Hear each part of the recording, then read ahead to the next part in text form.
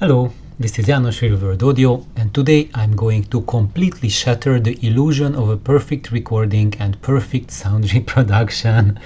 So, Happy New Year! This is 2025, January the 2nd for me. This is when I'm recording this video. And let's start with what you see here. And this is how most audiophiles imagine how music recording and playback works, and I'm saying this is how it's presented to audiophiles because that's kind of the general message that an audiophile receives from the world, that when you have an instrument playing that's being recorded, all that you need is a pair of perfect recording microphones that can record from 20 hertz to 20 kilohertz absolutely flat, and you need basically from 20 dB to 120 dB recording range so that it can record everything that you will be able to hear in your room. And I put down not 0 dB but 20 dB because for most people you are darn lucky if your room is as quiet as 20 dB. Probably your noise floor is much higher than that. This is well below your noise, the average noise floor of an average audiophile. And if a microphone can hear from 20 dB to 120, then you should be able to hear everything that's present on that piano which we are talking right now. And then all this is getting transferred into a data stream, into a string of bits of zeros and ones, and then your audio system translates this back as finishing with your loudspeakers, and all that you need is a loudspeaker that can do the same thing, go from 20 hertz to 20 kilohertz and reproduce sounds between 20 dB and 120 dB. And then you see the last part of the chain is me, and you, the person, the human being listening to it, and you should be able to perceive the same thing as the piano here is reproducing. And audiophiles we think that to get the best possible recording, all you need to have is a clean recording chain with a perfect set of recording microphones that are absolutely flat, 0 dB flat from 20 hertz to 20 kilohertz, and an absolutely flat recording system, because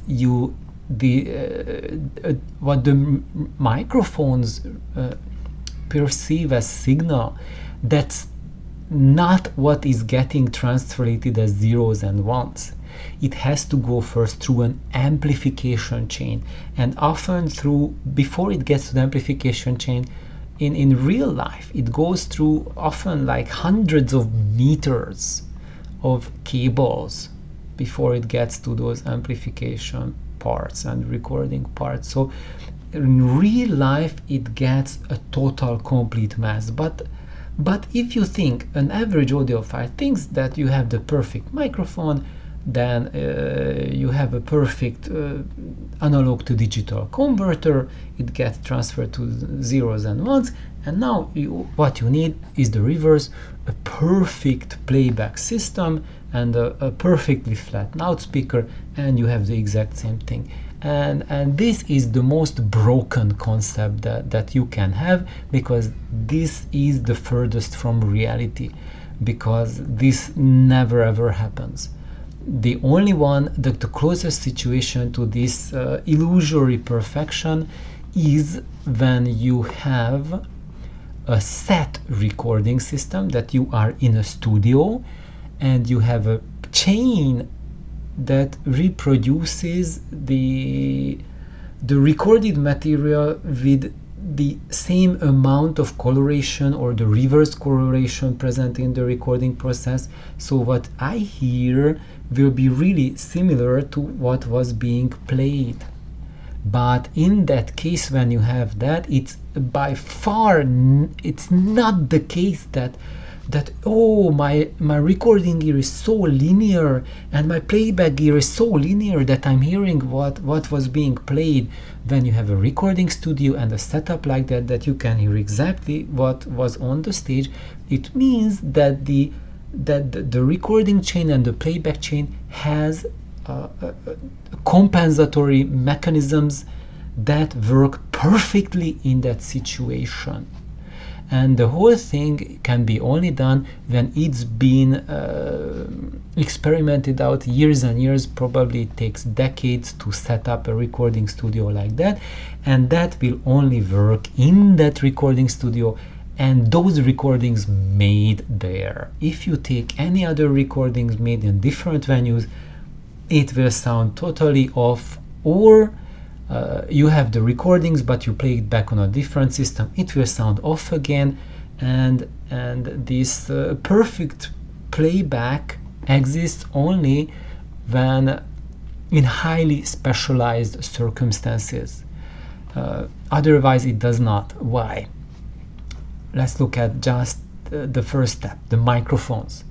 Those of you who are a little bit knowledgeable about recordings, or even more knowledgeable, or even experts, you know that such thing as using, like, let's say, a Brewer and Keir microphones, a pair of Brewer and Keir, which are like absolutely flat. They are test microphones, and they make the worst sounding recordings on the planet. So, if you record with the flattest characteristics microphones, you'll have so bad sound that you won't be able to sell it. And that's why how the recording industry evolved is that they were toying around and developing specialized microphones to record different instruments. And all of these microphones have their own distortion characteristics, their own sensitivities, and they are widely different from one another. And when you pick a specific microphone, you record a guitar with it, and it will really sound very close to, in tone and dynamic range, how a guitar sounds. But you give the same microphone to a human being to sing, and it will not sound anything like that human being. It will sound really off. And try to do the same thing, like place the same microphone that drums sound perfect with, not just any drums, but let's say just a timpani, because each different drum requires a different microphone to record well. But if the timpani sounds great with it, put it on a harp and it will be absolute tragedy. And that's how, like, music recording has evolved, that if you want to achieve the greatest clarity and dynamic range and perceived detail level of a single instrument, then you need a specialized microphone for that instrument. And here the perfection of the recording is already broken. When we have these specialized microphones, then the problem is that is when there are multiple instruments and we are not capturing the acoustic space but the instruments as individuals. And let's see more about that. So basically this is what I talked about so far, that we have like perfect microphone, perfect playback. This is what an average audiophile thinks when he's at the beginning of his journey and reads like a few materials, and this is how introductory level audiophiles design their systems with, and that's the idea in our heads. And as we learn more, then this idea evolves more to this sort of idea, right?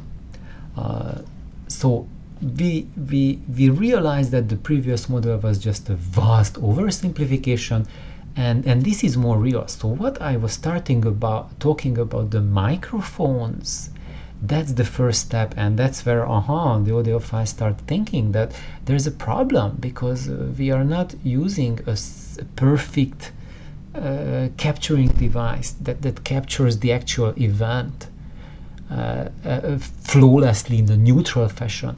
Every event is captured in a colored fashion, and there I call a big BS on that loudspeaker building school that emphasizes neutrality for the loudspeaker, because neutrality does not exist in the recording domain.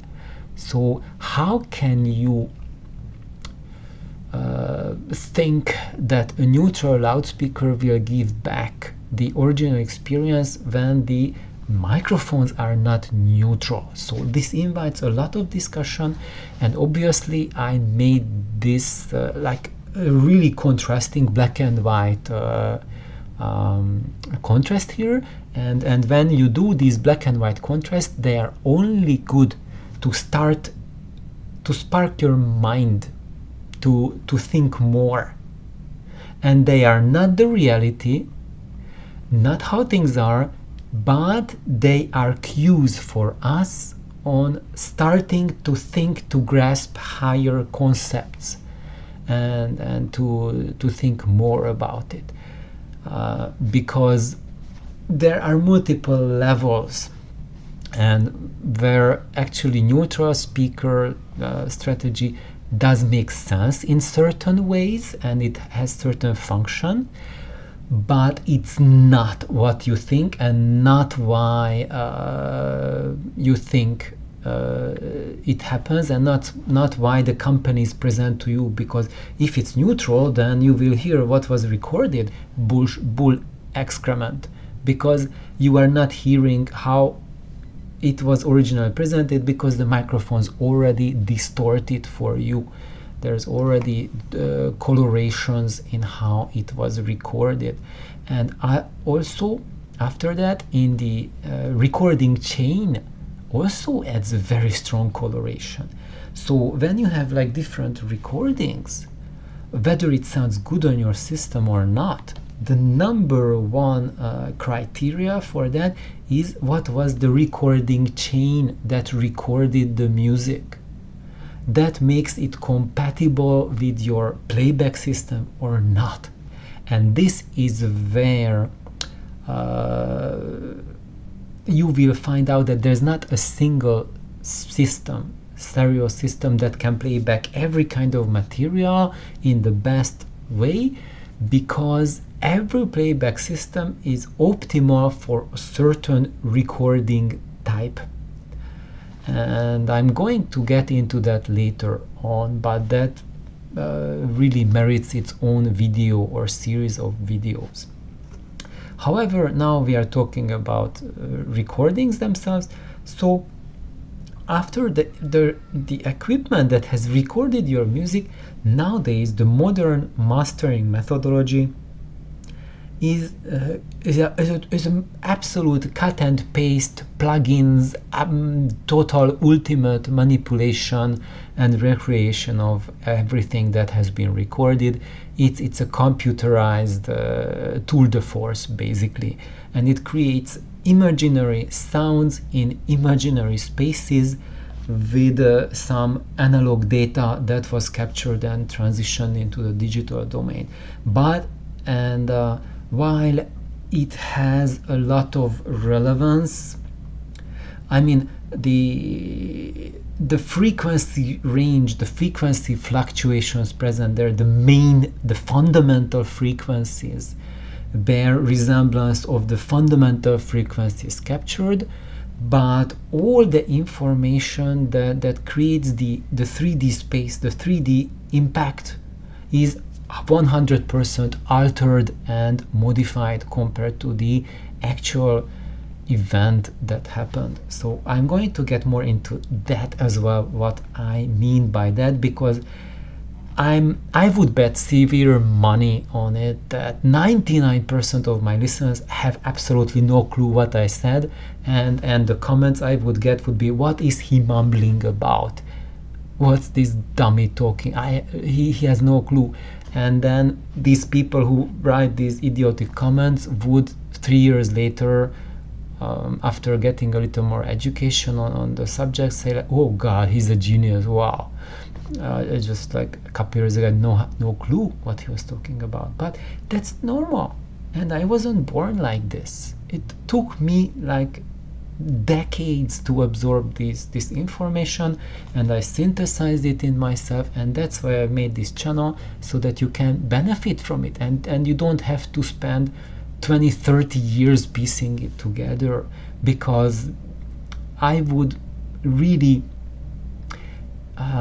ask you that if you have the chance to talk to someone who's been recording music, mastering music and he's been doing it for 20-30 years, if you happen to run across people like that, who's been into audio for many decades, for a whole lifetime, talk to them, because what they will tell you has very little to do what the geniuses tell you on YouTube, who are experts on the subject.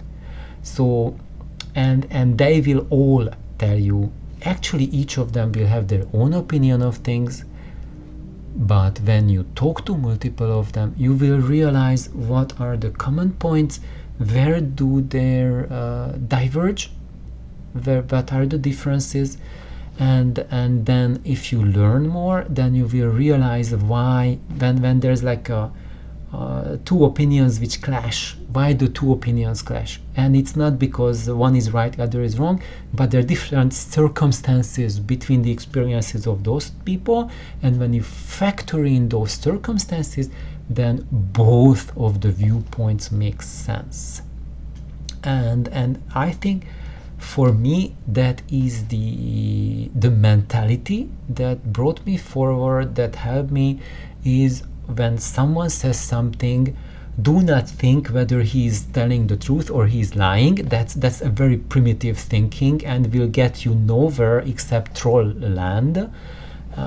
But just seek out people who know what they are doing, and when they say something, when they share something, then always factor in the circumstances around those people. And when you absorb not just the words that they are saying, but the context in which they are saying it, that is when it's going to have meaning for you, and that's when you can learn and step forward in your journey. So basically what we have today is we have these imaginary acoustic spaces, and when we play them back on our speakers, we will have a highly engineered, highly sculpted, highly generated sound that is that can be very, very spectacular, and there's no problem with that. All of these techniques and gimmicks and colorations and working with the colors, how to put them together, it's all to increase the spectacularness of the recording. And that's what an audiophile thinks. However, what the mastering engineer thinks, it's all there to make their life easier. Those multiple microphones are there so they can play around and toy with each instrument and set the level of what they want to hear. And it's not the level that those instruments played on the stage, it's what the recording engineer wants to hear, which is very different. And what the engineer wants to hear is to hear the most of every instrument, but that's not what you hear in life. You hear in life what is there, but the recording engineer wants you to hear more. And yes, you will hear more because he will fine-tune and balance it using a lifetime of experience, so you can hear maximize the detail level of each instrument, and will hear something that you can never ever hear in a live event, but will give you a heightened reality sensation. And everyone notices it who has a good stereo system, that when you listen to a symphonic music event on your system and then you go to a concert hall and listen to it, then you will notice that the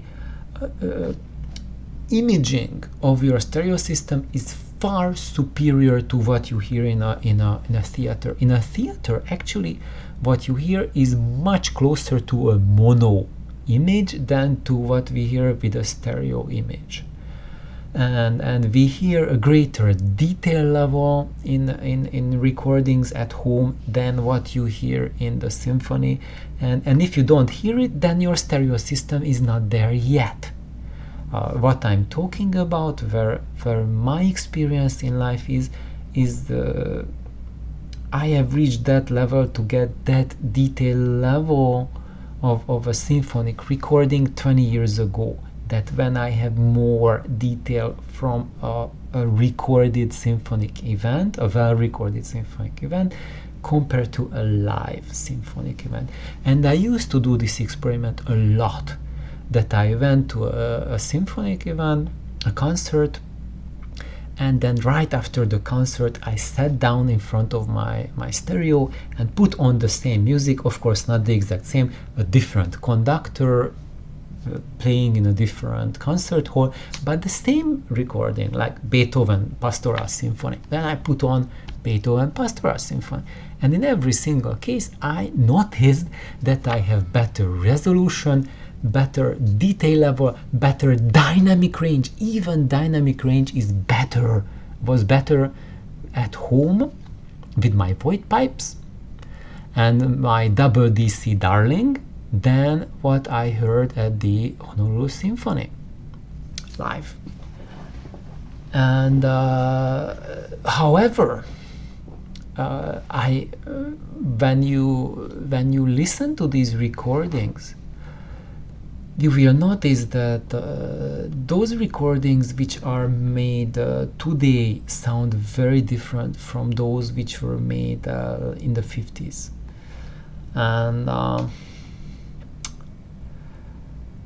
And there's not just that. Why is it? What's happening? What is missing? What is added? Why are things different? What we really want with sound?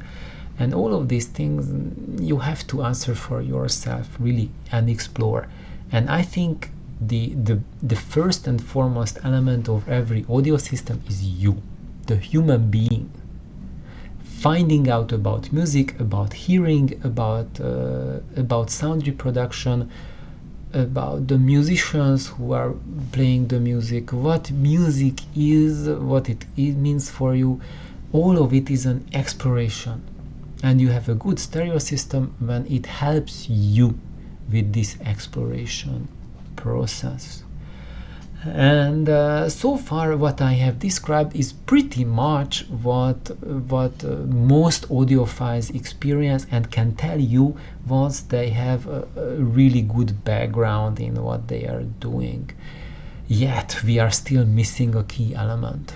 And most audiophiles are missing that too, and I'm going to share about it now. And that key element is the original acoustic space. And I'm going to get into that in the next video. So stay tuned. What is the secret element? It's not secret. It's totally obvious. And then you will say, oh my god, this is so simple. But you will only think about this if you come from a more practical background. When you think about sound recording, sound reproduction from the standpoint of a human being, from the standpoint of a doctor, of a medical person who understands psychoacoustics, who understands how your hearing works, and who doesn't think like an engineer, because as an engineer we can do amazing jobs of building tools. So the job of the engineer is to build the tools, and the job of the psychoacoustics researcher is to allow you to select the right tools for the job. And that's my story, and that's where I will continue, and that's why you will see that why I like speakers which are live speakers, so which are not inert, And I'm not talking about getting your average Bauer Wilkins speakers or whatnot speakers off the market and taking out all the dampening. That doesn't turn them into a live speaker, that turns them into a broken speaker, broken undampened speaker. I'm talking about a concept when you build your live speakers with live reproduction in mind, and that requires something totally different than just removing braces or getting rid of no-res. Don't do that. So, original acoustic space, next episode. Thank you for tuning in. Bye bye.